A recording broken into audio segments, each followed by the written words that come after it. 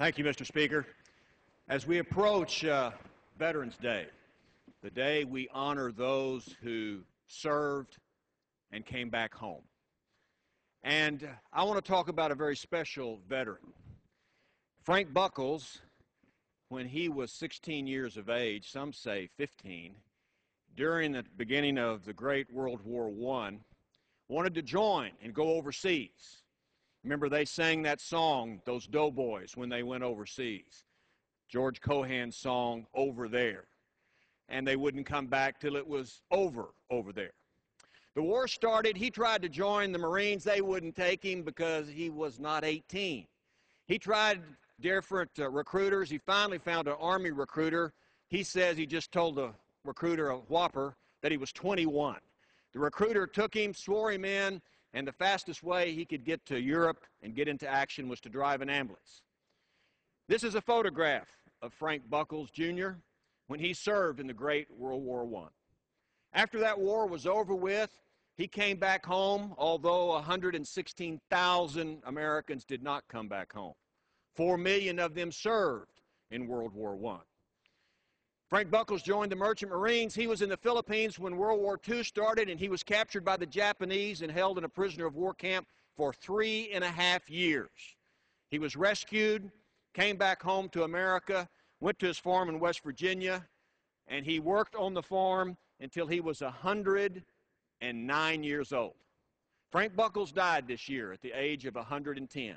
He was the last surviving doughboy from America that served in the Great World War I. This is a photograph taken shortly before his death this year. Frank Buckles, the lone survivor of World War I, a veteran of that great war, came back home, and his wish before he died, Mr. Speaker, was that we would have a permanent memorial for all that served in World War I on the Mall. You see, we have a memorial for Vietnam veterans. We have a memorial for the Korean veterans, the World War II veterans. There is a small memorial for the D.C. troops that served in World War I, but there's no memorial on the Mall for all of the doughboys like Frank Buckles that served, and they're all gone, Mr. Speaker. And it's our job. It's important for us to have that memorial for them, to allow it to be constructed. There is one memorial in Kansas City for the World War I doughboys, but we need one here also on the Mall. And it's important that we honor these great Americans because they are the veterans that we honor, that we appreciate, and that we should not forget, although all of them, including the lone survivor, Frank Buckles, Jr., has died. So I hope this House would join me and Emmanuel Cleaver from Missouri in passing legislation to authorize this memorial for those World War I doughboys. Veterans Day is approaching. We are approaching the 100th anniversary of the Great World War I.